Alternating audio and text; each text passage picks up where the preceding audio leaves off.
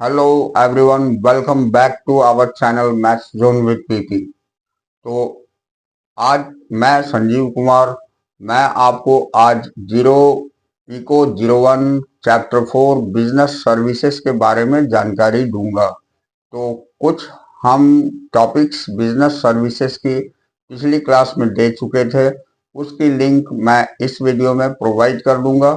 और इसके साथ ही अब आगे की पॉइंट्स इस चैप्टर की हम डील करते हैं और देखते हैं कि आगे हम कहां तक कंप्लीट कर सकते हैं। तो आइए स्टार्ट होते हैं अब।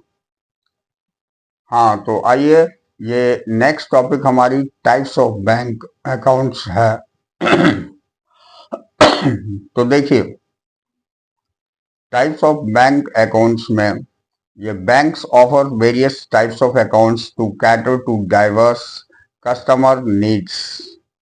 Here are the primary category.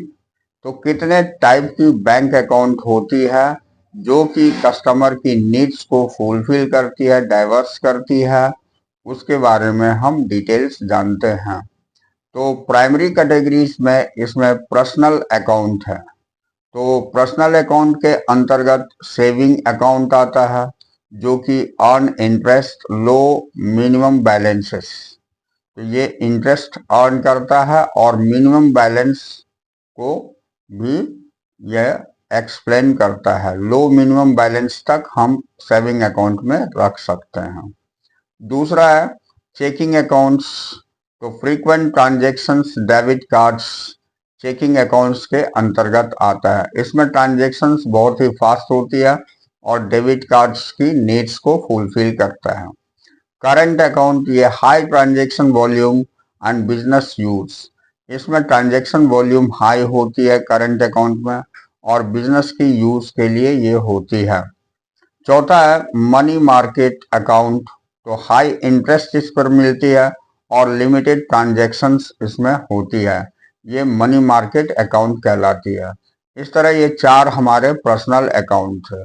अब डिपॉजिट अकाउंट्स। तो डिपॉजिट अकाउंट्स में फिक्स डिपॉजिट आती है, एफडी, टाइम डिपॉजिट्स आती है, फिक्स्ड इंटरेस्ट आती है एंड लॉक्ड पीरियड होती है। सेकंड होता है रेकरिंग डिपॉजिट, जो रेगुलर सेविंग्स होती है, फिक्स्ड इंटरेस्ट होती है, वो रेकरिंग डिपॉजिट कहलाती है। तीसरा होता है टाइम डिपॉजिट, जो फिक्स टर्म डिपॉजिट होती है और इसमें हायर इंटरेस्ट होते हैं। तो इस तरह तीन डिपॉजिट अकाउंट्स होते हैं। अब हम स्पेशलाइज्ड अकाउंट देखते हैं। तो स्टूडेंट अकाउंट लो मिनिमम बैलेंस होती है, स्टूडेंट बेनिफिट्स इसमें मिलते हैं। यूथ अकाउंट इसमें टीनेजर्स के लिए होता है और एजुकेशनल बेनिफिट्स इसमें मिलती है। तीसरा होता है सीनियर सिटीजन अकाउंट्स, इसमें हायर इंटरेस्ट होती है और स्पेशल बेनिफिट्स मिलती है। चौथा होता है non residential Indian account, NRI account इसे बोलते हैं। ये फॉर इंडियन एक्सपैट्स, यानी भारत में रहने वाले विदेशी मूल के लोगों के लिए होती है। तो ये स्पेशलाइज्ड अकाउंट थी। अब हम आते हैं बिजनेस अकाउंट के बारे में जानते हैं। तो ये बिजनेस चेकिंग अकाउंट, ये हाई ट्रांजैक्शन वॉल्यूम के लिए यूज होती है।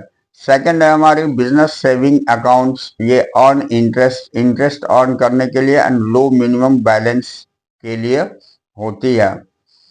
तीसरा होता है कॉरपोरेट अकाउंट, ये लार्ज बिजनेसेस के लिए होता है, कस्टमाइज सर्विसेज इसमें होती है।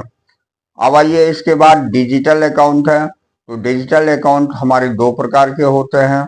पहला है डिजिटल सेविंग अकाउंट, ये ऑनलाइन ओनली होती है, मोबाइल बैंकिंग के थ्रू होती है। दूसरा होता है ई वॉलेट अकाउंट, इसमें मोबाइल पेमेंट्स स्टोर्ड वैल्यू होती है। अदर अकाउंट में हम आते हैं।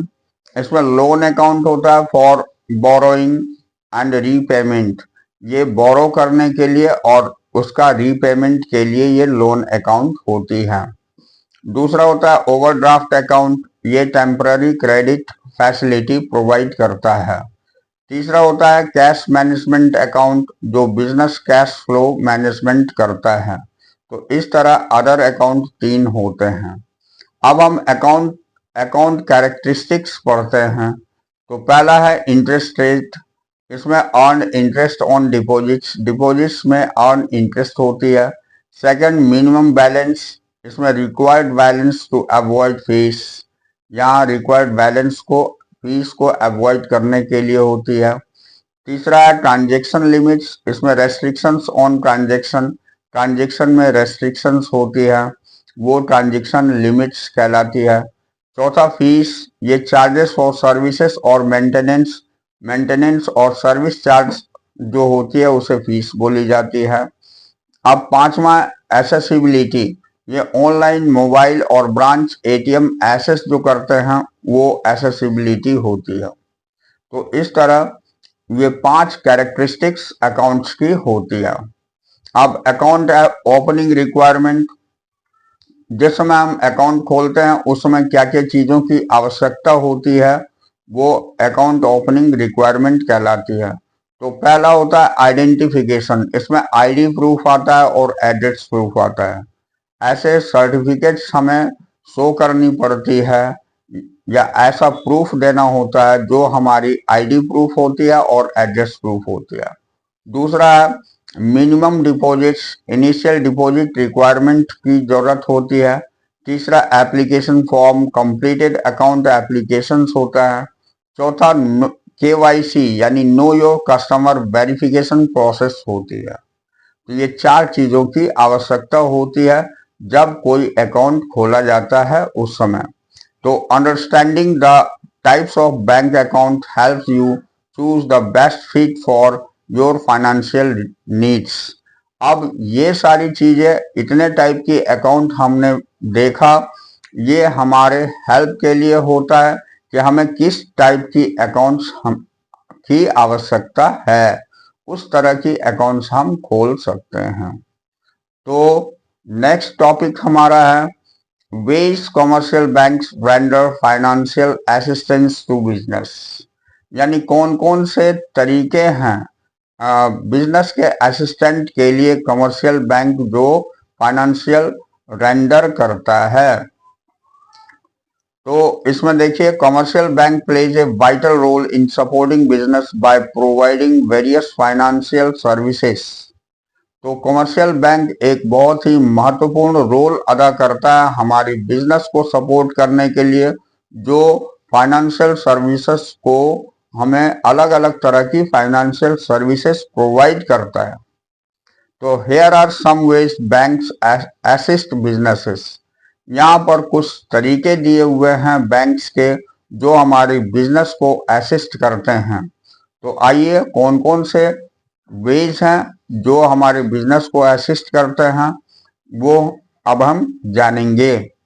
तो पहला इसमें है शॉर्ट टर्म फाइनेंशियल असिस्टेंस। तो पहली पॉइंट हमारी शॉर्ट टर्म फाइनेंशियल असिस्टेंस है। इसमें ओवरड्राफ्ट फैसिलिटीज होती है जिसमें temporary credit facility to manage cash flow, temporary credit facility मिलती है जिससे कि कैश फ्लो को मैनेज किया जा सके। दूसरा है working capital loans, working capital loans होती है fund for daily operations, inventory and account receivable. इसमें डेली ऑपरेशन की फंड्स और इन्वेंट्री और अकाउंट रिसीवेबल सारे ऑपरेट होते हैं, ये वर्किंग कैपिटल लोन्स कहलाती है। तीसरा है शॉर्ट टर्म लोन्स, ये लोन्स फॉर स्पेसिफिक पर्पसेस, कुछ विशिष्ट पर्पस के लिए लोन होती है, सच एज परचेजिंग इक्विपमेंट, जैसे कोई चीज खरीदने के लिए, ये शॉर्ट टर्म लोन्स होती है। ये कम समय में दिए जाने वाले लोन्स होते हैं, कम समय के लिए दिए जाने वाले लोन्स होते हैं। अब आइए चौथा है बिल डिस्काउंटिंग। तो इसमें pre payment of bills to improve cash flow, इसमें प्री पेमेंट बिल्स की होती है जिससे कि कैश फ्लो में इम्प्रूवमेंट हो सके।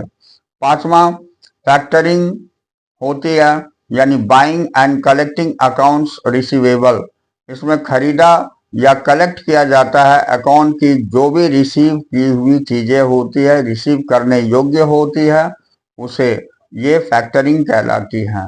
तो इस तरह ये 5 हम शॉर्ट टर्म फाइनेंशियल असिस्टेंट देखे।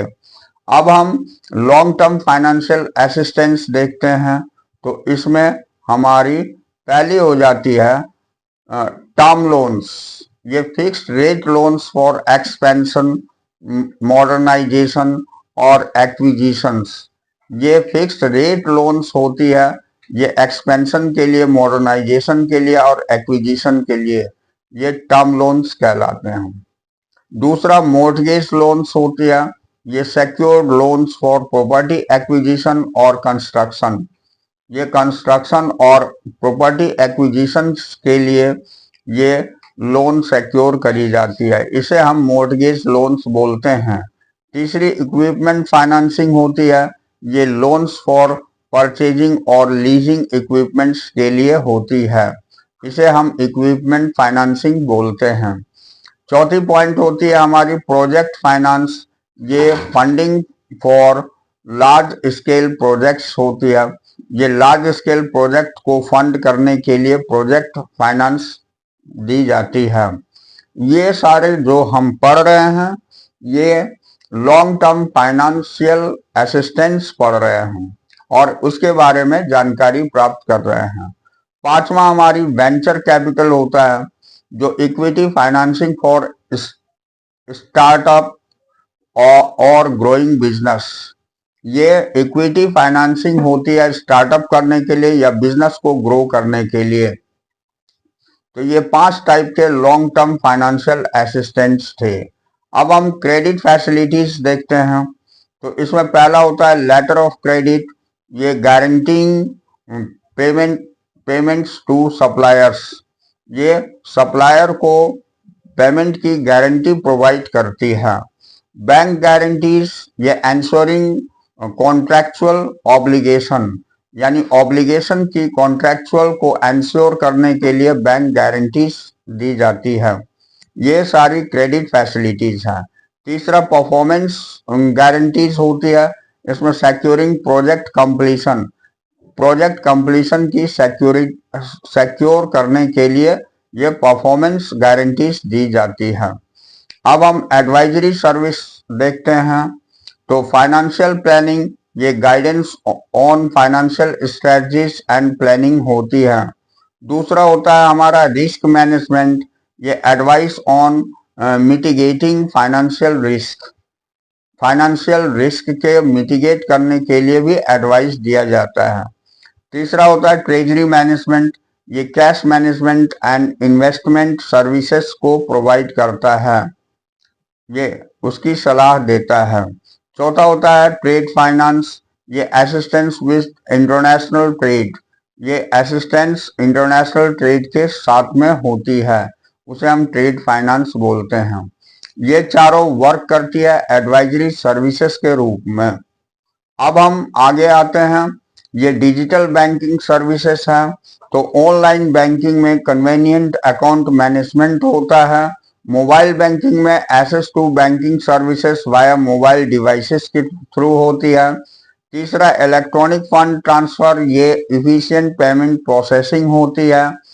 चौथा डिजिटल पेमेंट प्लेटफॉर्म, ये सिक्योर पेमेंट प्रोसेसिंग होती है। तो ये 4 टाइप की डिजिटल बैंकिंग सर्विसेज होती है। अदर सर्विसेज हम देखते हैं। तो अदर सर्विसेज के अंतर्गत कैश मैनेजमेंट होता है, ये इफिशिएंट कैश फ्लो मैनेजमेंट होता है। सेकंड सप्लाई चेन फाइनेंस, ये financing for suppliers and distributors के लिए होता है। तीसरा बिजनेस क्रेडिट कार्ड्स, ये कन्वीनियंट पेमेंट और क्रेडिट फैसिलिटी के लिए होता है। और चौथा ये फॉरेन एक्सचेंज, ये करेंसी एक्सचेंज और इंटरनेशनल ट्रेड सर्विसेज के लिए होता है।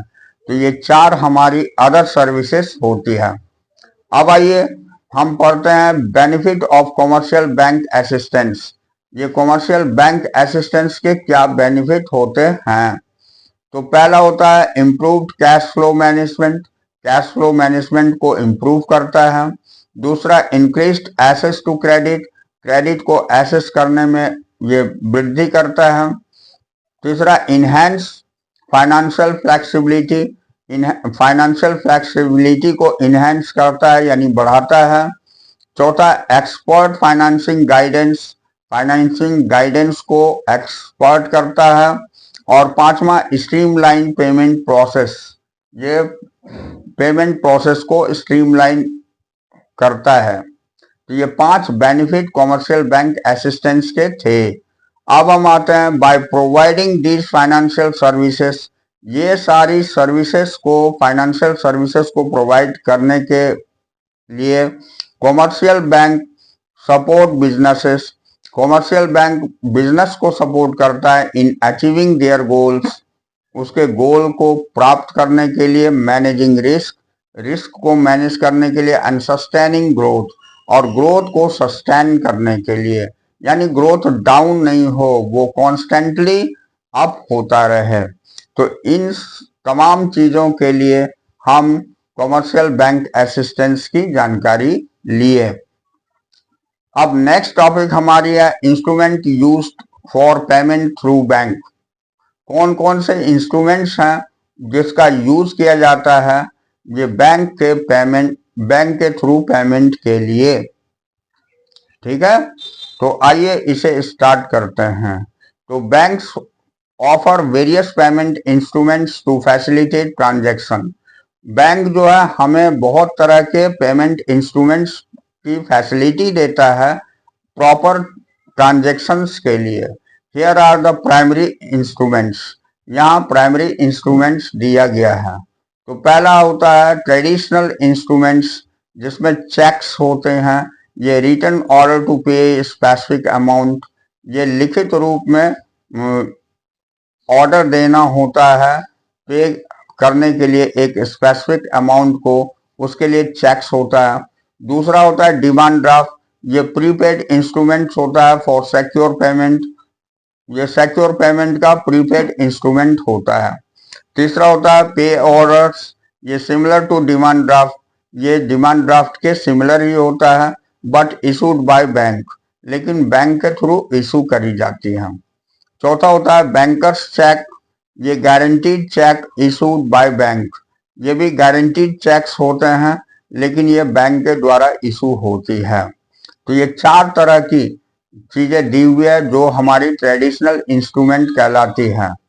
अब हम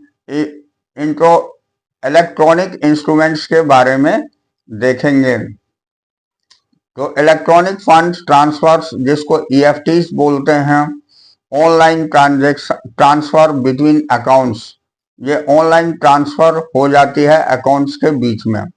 दूसरा होता है रियल टाइम ग्रॉस सेटलमेंट, जिसको RTGS बोलते हैं, ये हाई वैल्यू ट्रांजैक्शन होती है, इसमें लार्ज अमाउंट इसमें ट्रांजैक्शन होती है। इंस्टेंट सेटलमेंट, और इंस्टेंट सेटलमेंट होती है इसकी। तीसरी नेशनल इलेक्ट्रॉनिक फंड ट्रांसफर होता है, जिसको NEFT बोलते हैं, ये बैच प्रोसेस्ड ट्रांजैक्शंस होती हैं।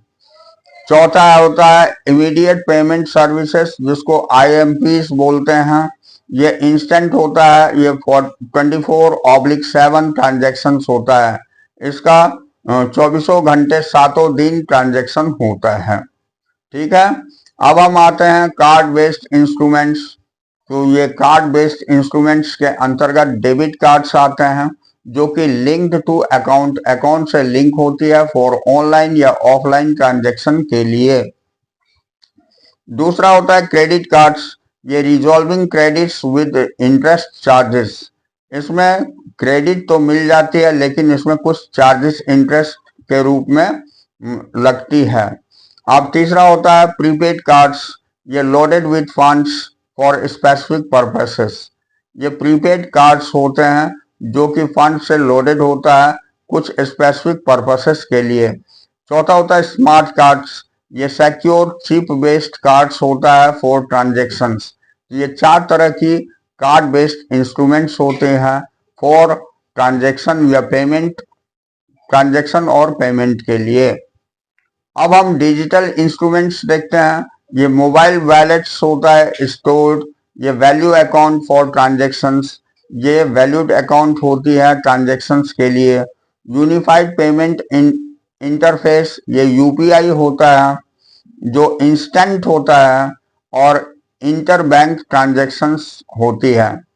तीसरा होता है क्यूआर कोड पेमेंट, ये स्कैन एंड पे ट्रांजैक्शंस के लिए क्यूआर कोड पेमेंट होती है। चौथा होता है डिजिटल पेमेंट एप्स, जिसमें थर्ड पार्टी एप्स होता है लाइक पेपाल, गूगल पे, ये सारे होते हैं डिजिटल पेमेंट एप्स होते हैं। तो इस तरह डिजिटल इंस्ट्रूमेंट की यूज होती है हमारी पेमेंट और ट्रांजैक्शंस के लिए। अब इसके अलावा हम अदर इंस्ट्रूमेंट भी देखते हैं। तो अदर अदर इंस्ट्रूमेंट्स के अंतर्गत हमारी बैंक ट्रांसफर होती है, जो ऑनलाइन, ऑफलाइन और फोन बेस्ड ट्रांसफर्स होती है। दूसरा होता है स्टैंडिंग इंस्ट्रक्शंस, जो रेकरिंग पेमेंट करती है और फिक्स्ड अमाउंट होती है इसमें। अब डायरेक्ट डेबिट्स, ये ऑटोमेटेड पेमेंट होता है और फिक्स्ड अमाउंट के लिए होता है। चौथा होता है electronic bill presentment and payment, ये ईबीपीपी कहलाती है। ऑनलाइन बिल पेमेंट इसके थ्रू होती है। अब आइए हम बेनिफिट्स जानते हैं। ये कन्वेनियंस होता है, सुविधाजनक होती है, सिक्योरिटी होती है, इसमें सुरक्षा होता है, स्पीड होता है, इसमें तेजी होती है, यानी बहुत फास्ट होता है ये, और इफिशियंसी, इसमें बहुत ही इफिशियंसी पाई जाती है। और पांचवा रिड्यूस्ड पेपर वर्क, इसमें पेपर वर्क को रिड्यूस करता है। तो ये बेनिफिट्स थे। अब की फीचर्स देखते हैं। इसमें ऑथेंटिकेशन होती है, ऑटोराइजेशन होती है, वेरिफिकेशन होती है, सेटलमेंट होती है और रिकॉन्सिलिएशन होती है। ठीक है, रिकॉन्सिलिएशंस।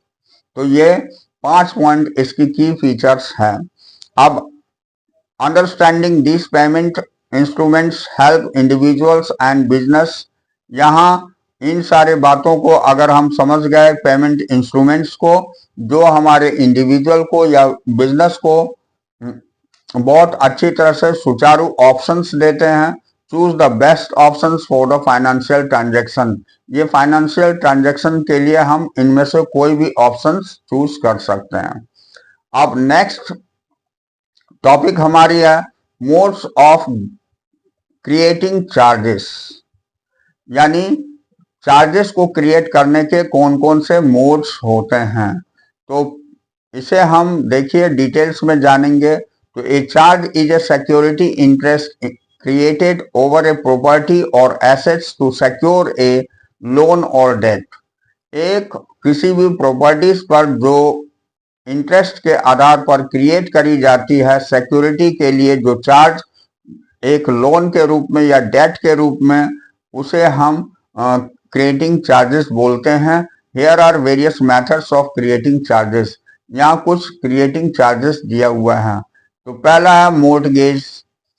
तो इसकी डेफिनेशन होती है transfer of ownership of property, इसमें प्रॉपर्टी की ओनरशिप का ट्रांसफर होता है to lenders as security, lenders के लिए सिक्योरिटी के रूप में। अब टाइप्स इसकी होती है, सिंपल होती है, इक्विटेबल होती है, रजिस्टर्ड होती है और इंग्लिश मॉर्टगेज होती है। अब इसकी कैरेक्टरिस्टिक्स देखते हैं। ये lenders has right to sell properties on default, ये भी होती है कि लेंडर्स जो है को राइट होता है कि वो अपनी प्रॉपर्टीज को सेल कर सकता है ऑन डिफॉल्ट के रूप में। अब हाइपोथिकेशन होती है।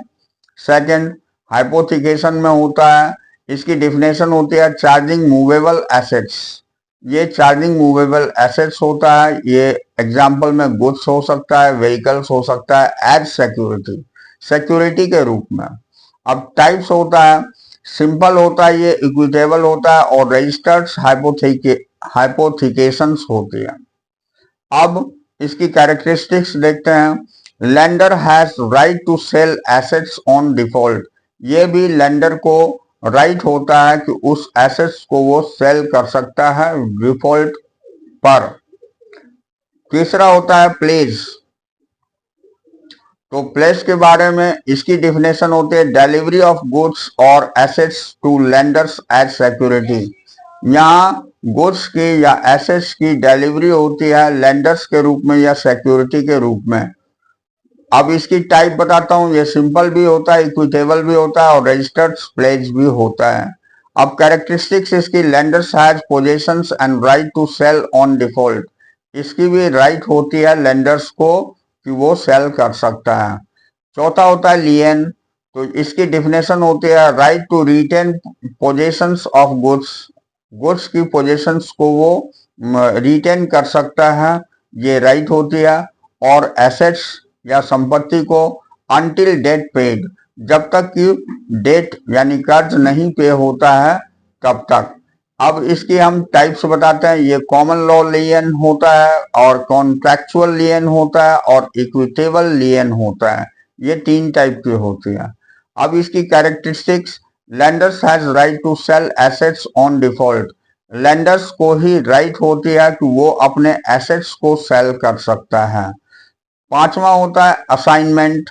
अब असाइनमेंट को डिफाइन करते हैं हम, transfer of ownership on in intangible assets. ये इंटेंजिबल एसेट्स के ओनरशिप को ट्रांसफर कर सकता है। फॉर एग्जाम्पल ये पेटेंट्स और कॉपीराइट्स होता है, इसी को हम पेटेंट और कॉपीराइट्स बोलते हैं। ये असाइनमेंट होती है। इसके टाइप्स होते हैं, ये एब्सोल्यूट होता है, इक्विटेबल होता है और कंडीशनल असाइनमेंट होता है। अब इसकी कैरेक्टरिस्टिक्स हम देखते हैं, ये assignee has right to enforce ownership, यानी असाइनी के पास उसका अधिकार होता है कि ये ओनरशिप को किसको एनफोर्स करे।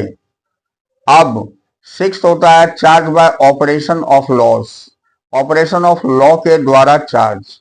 तो इसकी डेफिनेशन होती है automatic creations of charge due to the statutory provisions.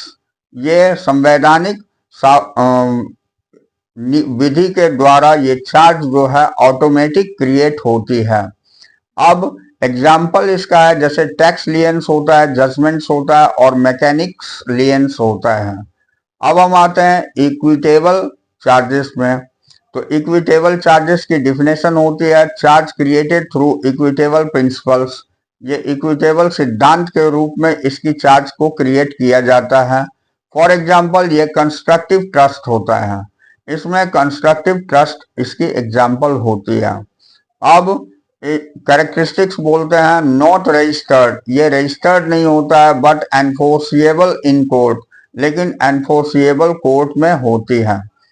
अब आठवां होता है फ्लोटिंग चार्जेस। तो इसकी डिफिनेशन होती है charge over fluctuating assets, assets के फ्लक्चुएट करने पर इसकी चार्ज लगती है। फॉर एग्जाम्पल इन्वेंट्री होती है और रिसीवेबल्स होती है। अब कैरेक्टरिस्टिक्स को देखते हैं, तो lenders has right to appoint receivers on default. Lenders के पास ही राइट होती है कि वो किस रिसीवर को अपॉइंट करे ऑन डिफॉल्ट। ठीक है। अब हम फिक्स चार्ज पढ़ते हैं। तो फिक्स चार्ज की डिफिनेशन होती है चार्ज ओवर स्पेसिफिक, किसी विशिष्ट के ऊपर चार्ज होती है, फिक्स्ड एसेट्स के ऊपर। फॉर एग्जाम्पल में प्रॉपर्टी आती है और इक्विपमेंट आता है। अब कैरेक्टरिस्टिक्स इसमें बता रहा हूं कि ये lenders has right to sell assets on default. Lender के पास अधिकार होता है उसे किसी एसेट्स को बेचने की। अब हम रजिस्ट्रेबल चार्ज बताते हैं। तो रजिस्ट्रेबल चार्ज हमारी होती है डेफिनेशंस इसकी, charge requiring to be registered with relevant authorities. ये चार्ज रिक्वायर्ड होती है रजिस्टर्ड के साथ वो रेलिवेंट अथॉरिटीज को। जैसे फॉर एग्जांपल में हम देखते हैं मोर्टगेज हाइपोथिकेशंस एंड प्लेज होती है, तो ये रजिस्ट्रेबल चार्ज होती है। अब understanding these modes of creating charge helps lenders secure their interest and borrowers comprehend their obligation। ये सारी चीज को जान करके हम अपनी चार्जेस को क्रिएट कर सकते हैं और हेल्प कर सकते हैं लेंडर्स को, जिससे कि वो अपनी इंटरेस्ट को सिक्योर कर सके और बोरोवर को कॉम्प्रिहेंड कर सके ऑब्लिगेशन के लिए। तो यहाँ पर ये टॉपिक हमारी समाप्त हो जाती है। अब इससे आगे हमारी बिजनेस रिस्क है। ठीक है, तो ये बिजनेस रिस्क जो टॉपिक्स हैं इसे हम फिर आगे नेक्स्ट क्लास में बताएंगे। तो आज के लिए हम यहीं पर ब्रेक लेते हैं। नेक्स्ट क्लास में हम फिर मिलेंगे। इसकी जो भी पिछली क्लासेस है वो हम आपको इसमें कमेंट ये डिस्क्रिप्शन बॉक्स में डाल देंगे उसकी लिंक, जिससे कि आप जाके इस पूरी चैप्टर की जानकारी ले सकते हैं। So that's all for today. We will meet again on the next class. Okay, bye.